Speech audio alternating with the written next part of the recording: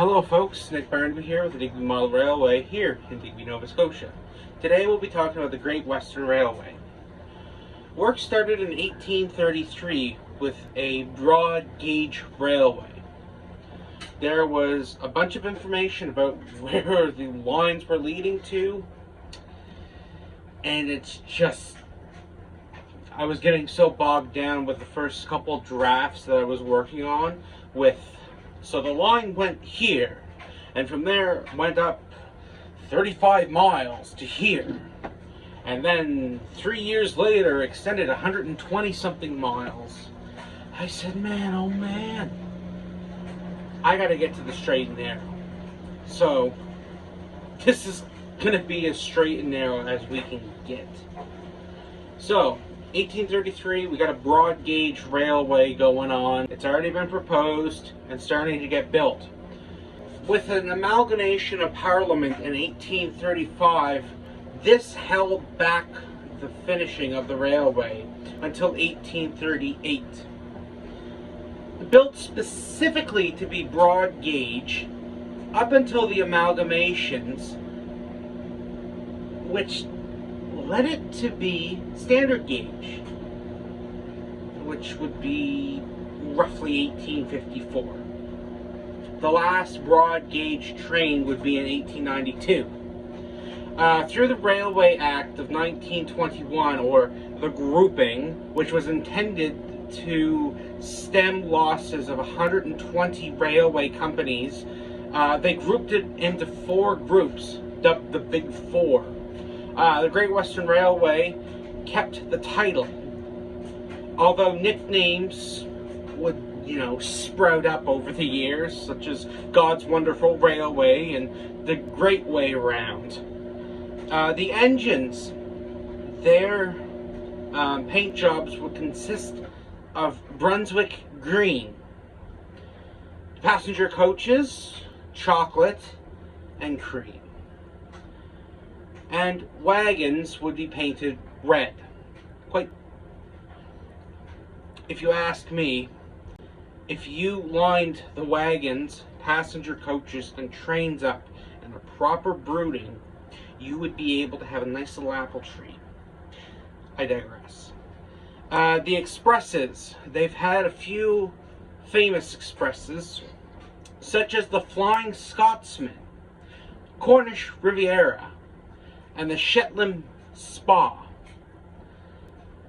Leading up to the First World War, they would go on to add restaurant cars. They would take their third-class passenger cars and upgrade them to be more fitting, comfortable, whatever you want to use. And they would add steam heating, because, in wintertime you don't want to sit there freezing while you're going down the line. And they also would search for faster express engines, which I think we've already went over. T.I. Allen was the superintendent and senior manager who would bring these commodities to the railway. And of course they would add road motor services. See if I can find a picture of Bulgy there. 1914, the government would take control of the Great Western Railway due to the First World War breaking out, which means that the staff of the Great Western Railway would join the armed forces. So it'd be a little bit harder to maintain the Great Western Railway, so you just kind of see a little falling there. Again, grouping, 1922 and 1923. With grouping, it means we had more routes in Wales, which is brilliant. Mainly because that's where the Great Western Railway was, which would add 295 miles to the Great Western Railway from the Cambrian Railway. as well as 124 miles from the Taft Valley Railway, a station from the Midland and Southwestern Junction Railway, not just the station, parts of the railway itself, was added to the Great Western Railway, which means that the Great Western Railway now has 2 stations in Swindon. During the Great Depression, the Great Western Railway was paid to keep the economy moving. So instead of falling apart, not being able to use the lines, they were paid to maintain them and continue to help businesses get products across the UK, which would have been normal because the other 3 big fours would have been doing the same, thanks to an act of Parliament. Second World War would break out, and just the same as the First World War, the government resumed control over the Great Western Railway, which was again nationalized. So now we went through 2 nationalizations. The 1st of January in 1948. The Great Western Railway would become the Western Region of British Rail. And again, the Great Western Railway would end on the 23rd of December, 1949.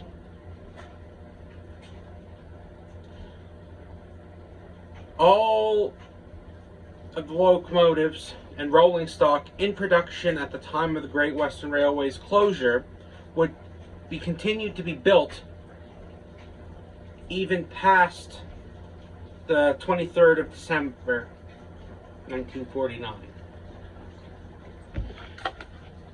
Key locations of the Great Western Railway. The railway's headquarters were established at Paddington Station. Its locomotives and rolling stock were built and maintained at Swindon Works. Other workshops were acquired as it was amalgamated with other railways, including the Shrewsbury Company's Stafford Roads Works at Wolverhampton and the South Devon's workshops at Newton Abbot. Reading Signal Works was established in buildings to the north of Reading's railway station. And in later years, a concrete manufacturing depot was established at Taunton. Taunton? Huh? Was established at Taunton, where items ranging from track components to bridges were cast. I butchered a few of those names. Engineering features of the Great Western Railway. There's 150 years after its creation, the original main line had been described by a historian as one of the masterpieces of railway design.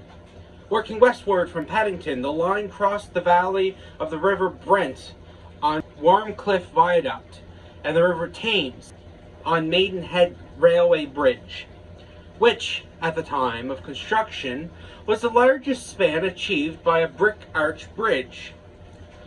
The line then continues through Sonning, cutting before reaching Reading, after which it crosses the Thames once more at Gatehampton and Malsford bridges. Between Chippenham and Bath is a box tunnel, the longest railway tunnel driven by that time. Several years later, the railway opened an even longer Severn Tunnel to carry a new line between England and Wales. Between the River Severn, some other notable structures were added when the smaller companies were amalgamated into the Great Western Railway. These include the South Devon Railway seawall, the Cornwall Railway Royal Albert Bridge, the Cornwall Railway's Royal Albert Bridge, and Barmouth Bridge on the Cambrian Railways. In the earlier years of the Great Western Railway, it was managed by 2 committees, one in Bristol and one in London. They soon combined as a single board of directors which met in the offices of Paddington. The board was led by a chairman who was supported by a secretary and other officers. The first locomotive superintendent was Daniel Gooch, although from 1915 the title had changed to Chief Mechanical Engineer. The first goods manager was appointed in 1850, and from 1857 this position was filled by James Grierson until 1863, when she became the first general manager. So with that being said, I'm Nick Barnaby. This is Digby Model Railway. We're in Digby, Nova Scotia. Until next time.